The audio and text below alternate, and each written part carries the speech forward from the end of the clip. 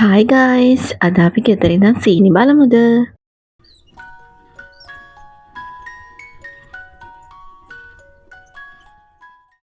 මේ තියෙන්නේ ග්ලුකොමීටර් එකක්.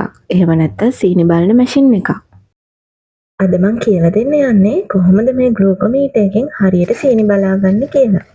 ඔයත් දියවැඩියාව තියෙන කෙනෙක් නම් මේ වීඩියෝ එක ඔයාට ගොඩක් වැදගත් වෙයි. මගේ ළඟ තියෙන්නේ බැටරි වලින් වැඩ කරන ග්ලුකොමීටර් එකක්. අපි මුලින්ම මේකට අදාළ බැටරි වර්ග දාගෙන ඉමු.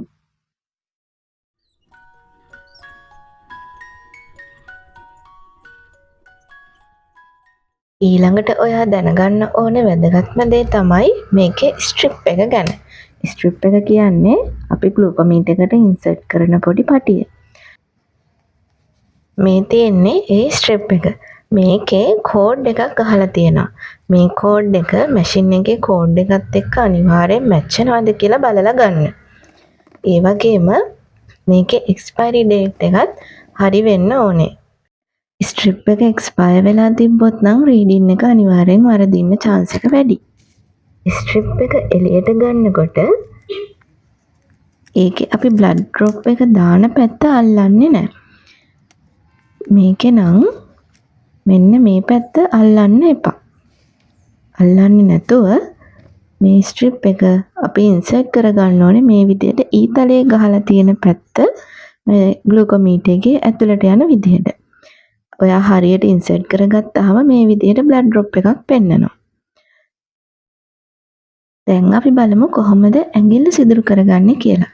මේ තමයි ඒ වෙනුවෙන් ග්ලුකොමීටර් එකත් එක්ක හම්බෙන ඩිවයිස් එක. මේකට අපි දාගන්න ඕනේ නීඩල් එකක්. දැන් මන් ළඟ තියෙනවා ඒ නීඩල් එක. ඒකට අපි කියනවා ලැන්සට් කියලා. මේකත් අපිට වෙන වෙනම වෙළඳ පොලේ මිලදී ගන්න පුළුවන්. දැන් අපි බලමු කොහොමද මේ ලැන්සට් එක මේ ඩිවයිස් එක ඇතුළට දාගන්නේ කියලා. මුලින්ම මේකේ මේ උඩ තියෙන රවුම කරකවලා ගලව ගන්න. නීඩල් එක ඩිවයිස් එකට ඉන්සර්ට් කරලත් ඔයාට මේ ක්ලිප් එක ගලව ගන්න පුළුවන්. නීඩල් එක අතේ ඇනගන්නේ නැතුව පරිස්සමට මේ විදිහට ඉන්සර්ට් කරගන්න.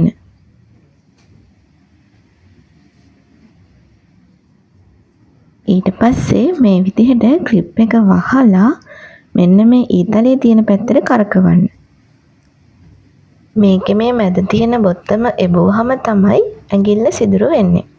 ඊළඟට අපි මේක ඇඩ්ජස්ට් කරගන්න ඕනේ ඔයාගේ ඇඟිල්ලේ ප්‍රමාණයට. ඒ කියන්නේ ඇඟිල්ල ගොඩක් තුනී හමක් තියෙන කෙනෙක් නම් මේක අඩු අංකයකට දාගත්තට කමක් නැහැ. ඇඟිල්ල ගොඩක් ඝනකමයි නම් ඒක වැඩි අංකයකට දාගන්න.